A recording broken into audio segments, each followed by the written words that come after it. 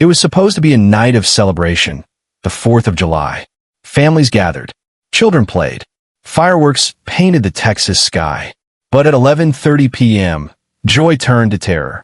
Hundreds of people ran for their lives as gunfire ripped through a Fort Worth neighborhood. More than 100 shell casings were left scattered across the pavement. 2 people would never make it home.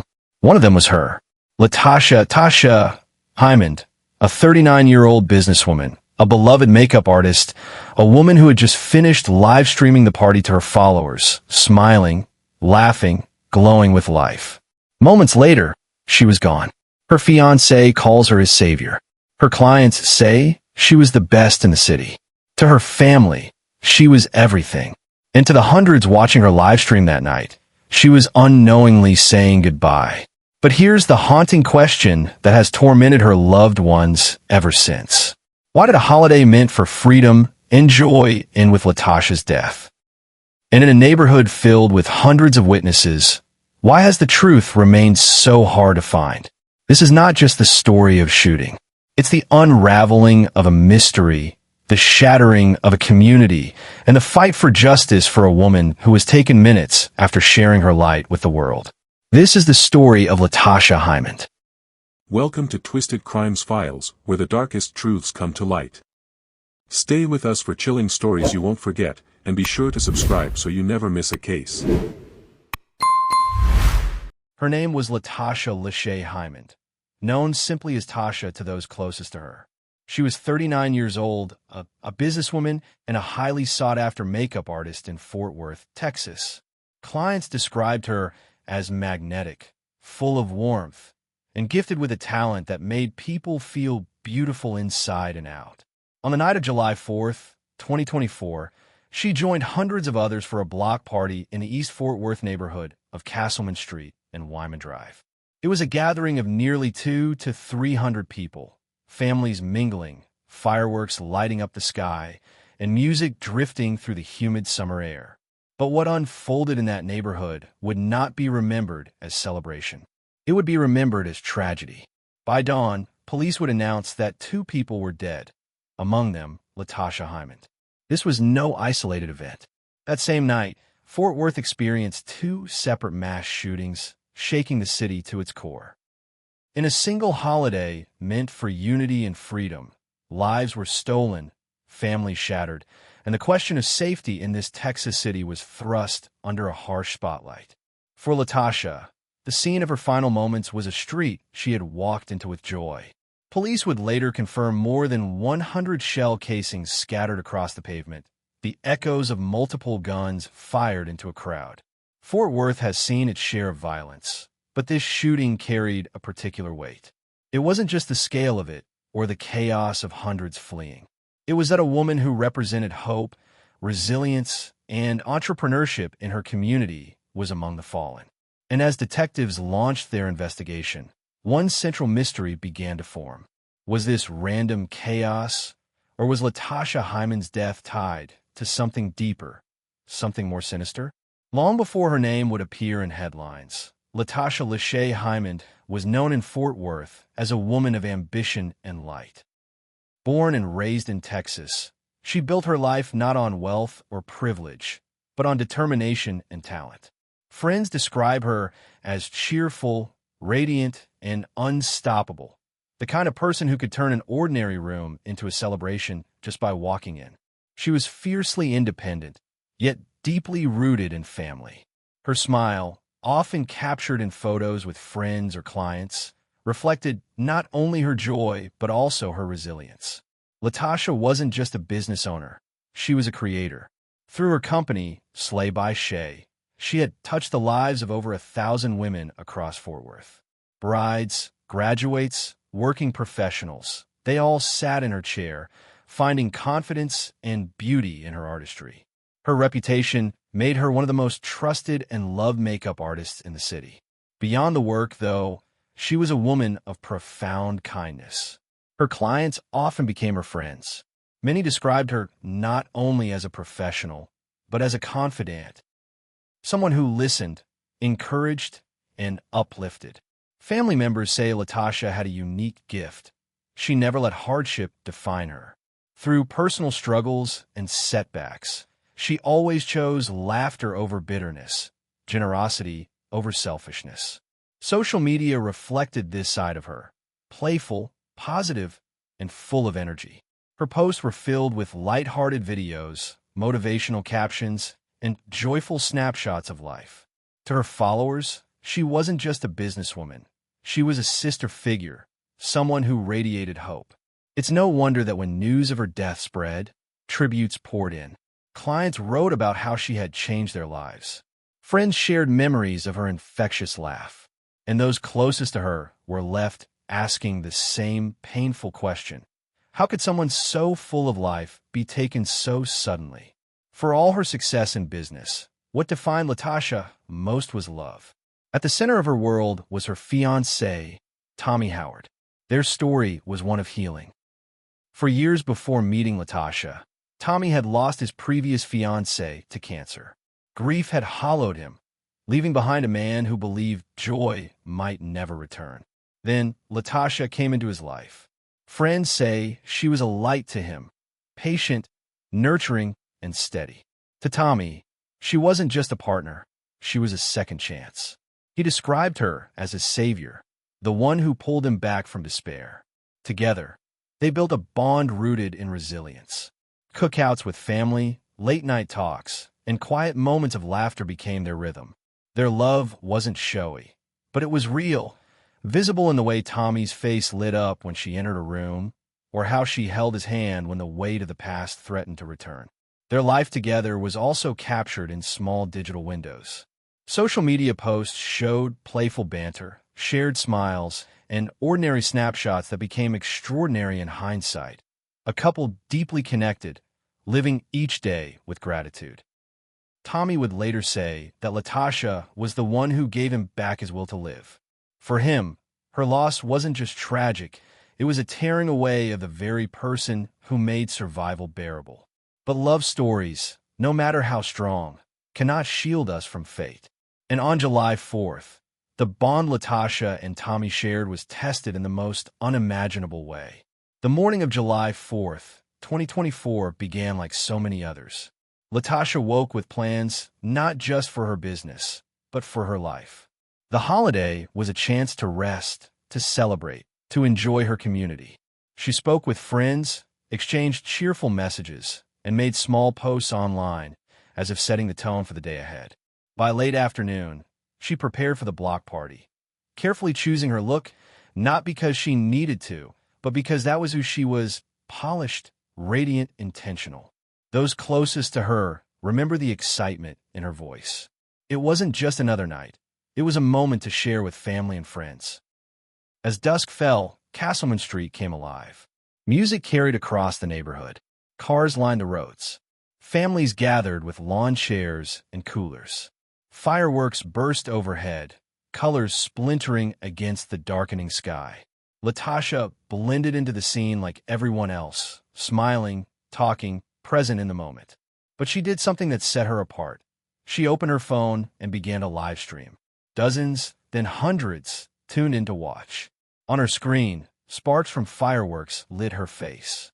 In the background, the sounds of laughter and shouts of children echoed through the summer air. As the night pushed closer to 11 p.m., the energy shifted.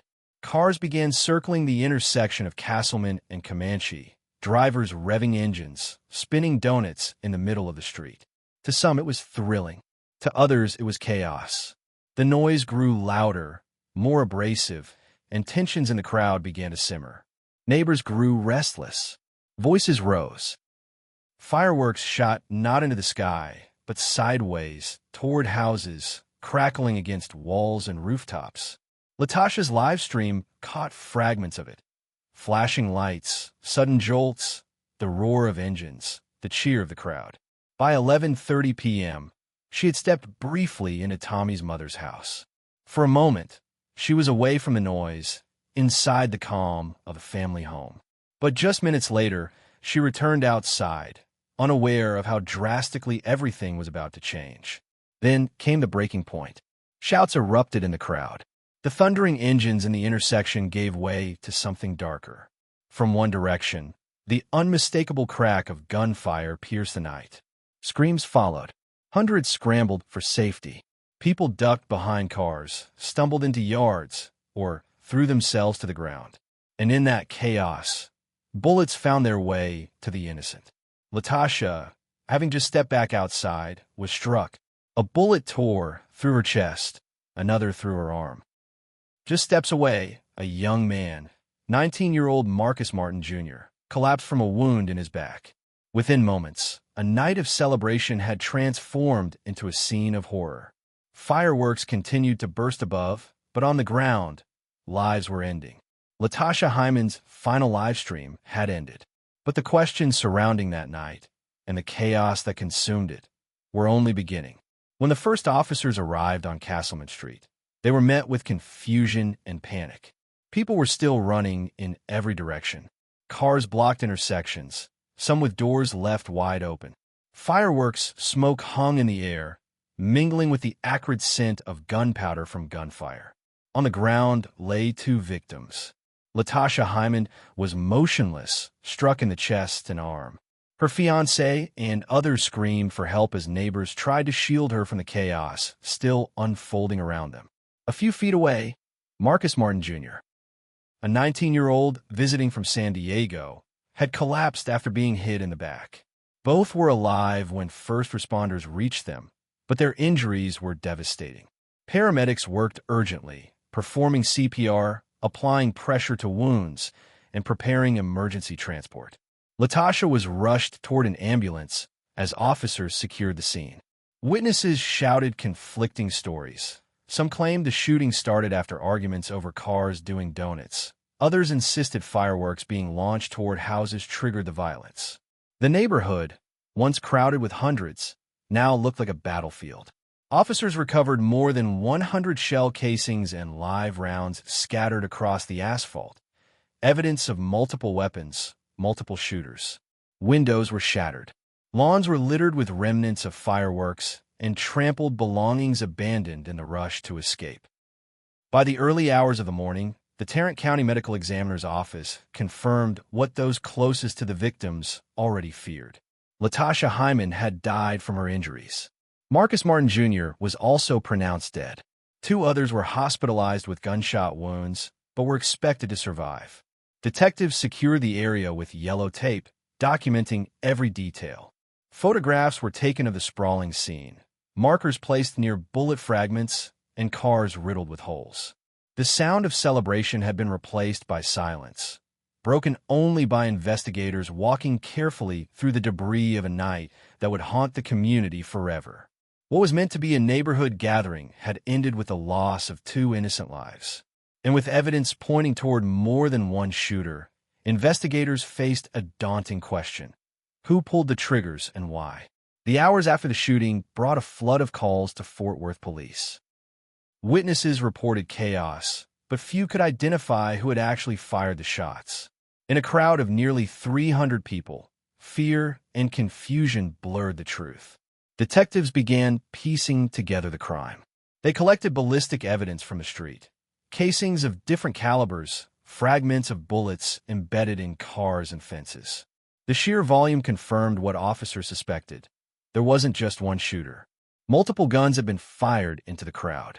Interviews with residents revealed patterns. Some described seeing cars circling the block aggressively before the gunfire erupted. Others insisted that fireworks aimed at nearby houses had sparked anger among neighbors. A few whispered about disputes carried over from earlier in the night. None of it formed a complete picture, but it hinted at a sudden escalation rather than a planned attack. Autopsy reports provided their own clues. Tasha Hymond had been struck in the chest and arm. Injuries consistent with close range or direct fire into the crowd. Marcus Martin Jr. was hit in the back, suggesting he was trying to flee when the bullets found him. Both deaths were ruled homicides. For investigators, the challenge wasn't just identifying suspects, but untangling responsibility. With so many weapons discharged, who among the shooters had fired the fatal rounds? And were they aiming at specific targets? Or were these victims caught in indiscriminate fire? 2 weeks later, a breakthrough came. Detectives arrested 21-year-old Todd Eric Rogers on a murder charge in connection to the Castleman Street shooting. The announcement confirmed police were moving forward, but it raised new questions. What role had Rogers played? Was he the one who fired the rounds that killed Latasha or Marcus? Or had he simply been among those who opened fire that night? Authorities remained cautious, declining to share specifics. The community, however, grew restless. Families demanded to know why it had taken 2 weeks for an arrest, and whether others would also face charges. Detectives admitted openly that they believed more than one gunman was involved. Yet no additional names were released. Theories spread quickly. Some pointed to reckless drivers whose stunts may have triggered retaliation. Others suggested long-standing disputes among individuals in the crowd. And still others believed it was random, a mix of fireworks, adrenaline, and gunfire colliding in a moment that no one could control.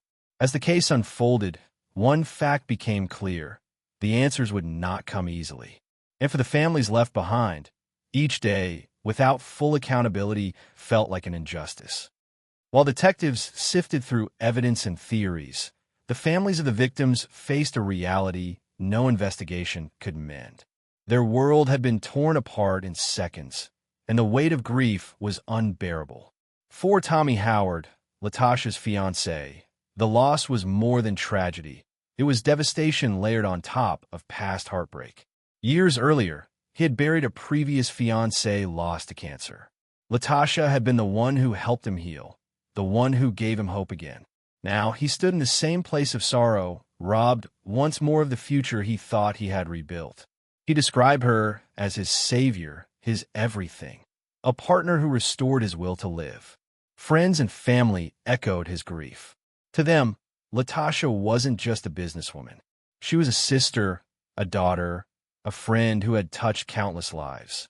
Clients wrote long messages of love online, remembering how she made them feel confident, how she turned appointments into therapy sessions, laughter into healing.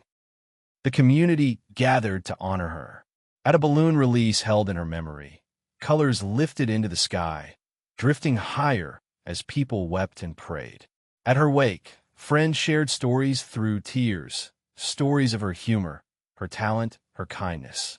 The silence between words carried as much pain as the memories themselves.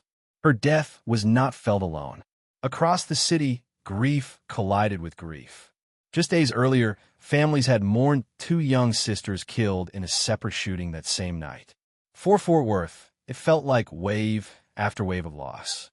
For Latasha's family, it was the cruel reminder that lives full of promise could vanish without warning. In the words of her fiancé, she was the sweetest person on this earth, and she saved me when I had nothing left. Those words became not just a tribute, but a cry for justice. For Marcus Martin's family, the pain was no less raw. He had traveled from San Diego to Texas, never imagining his life would end on a Fort Worth street. His parents received the call no family should hear, that their 19-year-old son had been killed while simply enjoying a holiday celebration. His youth, his future, all of it was stolen in a moment of violence. The family's voices carried the same plea: answers, accountability, and peace. For them, this wasn't about statistics or investigations. It was about faces, memories, and bonds that could never be replaced. As the days turned into weeks, the grief that consumed Latasha's and Marcus's families gave way to another kind of pain: uncertainty. An arrest had been made, but questions remained, and the silence surrounding the investigation only deepened the frustration. Detectives confirmed what the evidence already suggested. More than one gunman was likely responsible for the spray of bullets on Castleman Street. Yet only one man, Todd Eric Rogers, 21 years old, had been charged. Beyond that, authorities offered little. They did not reveal his exact role, nor did they explain whether others were being pursued. For the community, the lack of clarity was suffocating. At vigils and gatherings, residents called for transparency. Mothers worried about letting their children outside. Neighbors whispered about the block party, still haunted by the sound of gunfire echoing off the houses. Community leaders stepped forward, urging anyone with information to come forward. Flyers were posted online and in neighborhoods, pointing citizens to Tarrant County Crime Stoppers, reminding them that tips could remain anonymous. The message was clear. Silence would only protect those who had turned a celebration into carnage. But fear lingered. Many who had been at the party were reluctant to speak. Some feared retaliation. Others didn't trust that justice would follow their words. The gap between what police knew and what the public understood left room for rumors to spread.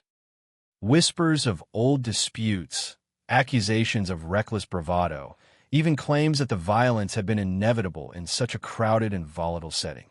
Still, through all the uncertainty, the families pressed forward. They pleaded for answers, not just for themselves, but for the community as a whole. Each passing day without closure felt like an open wound, a reminder that justice delayed was justice denied. And while detectives continued their work, the central question loomed over Fort Worth. If multiple shooters had indeed turned their weapons on a crowd of hundreds, why had only one man been held to account? A holiday meant for joy ended in grief. Fireworks lit the sky, but bullets tore through a crowd, leaving families shattered and a community searching for answers. Tasha Hymond was more than a victim. She was a daughter, a fiancé, a businesswoman who poured life into everyone around her. She was taken just minutes after sharing her joy with the world in a live stream. Her final moments captured in real time, now frozen in the memory of those who loved her. Marcus Martin Jr. was only 19, a young man with years ahead of him, gone in an instant. 2 innocent lives lost, countless others scarred, and questions that still remain. Police say multiple shooters are responsible, yet only one man has been charged, and the full truth of what happened on Castleman Street has yet to be revealed. For the families, justice feels incomplete. For the community, the fear still lingers. So we are left with the questions. Was this tragedy the result of reckless chaos? Or was it something more targeted, something more sinister? And more importantly, when will every shooter be held accountable? For the sake of Tasha, for Marcus, and for their grieving families, someone must step forward. Silence only protects the guilty. This is more than a case. It is a reminder of how fragile life is, how quickly joy can be stolen, and how deeply violence can cut into the soul of a community. If you believe in justice, if you believe in keeping their memory alive, then don't let their stories fade. Like this video, share with others, and subscribe to this channel so more voices can hear what happened and more eyes can focus on the truth. Because justice doesn't just happen. It requires all of us to remember, to speak, and to demand answers. For Tasha, for Marcus, for every life cut short, someone knows the truth, and it's time they speak.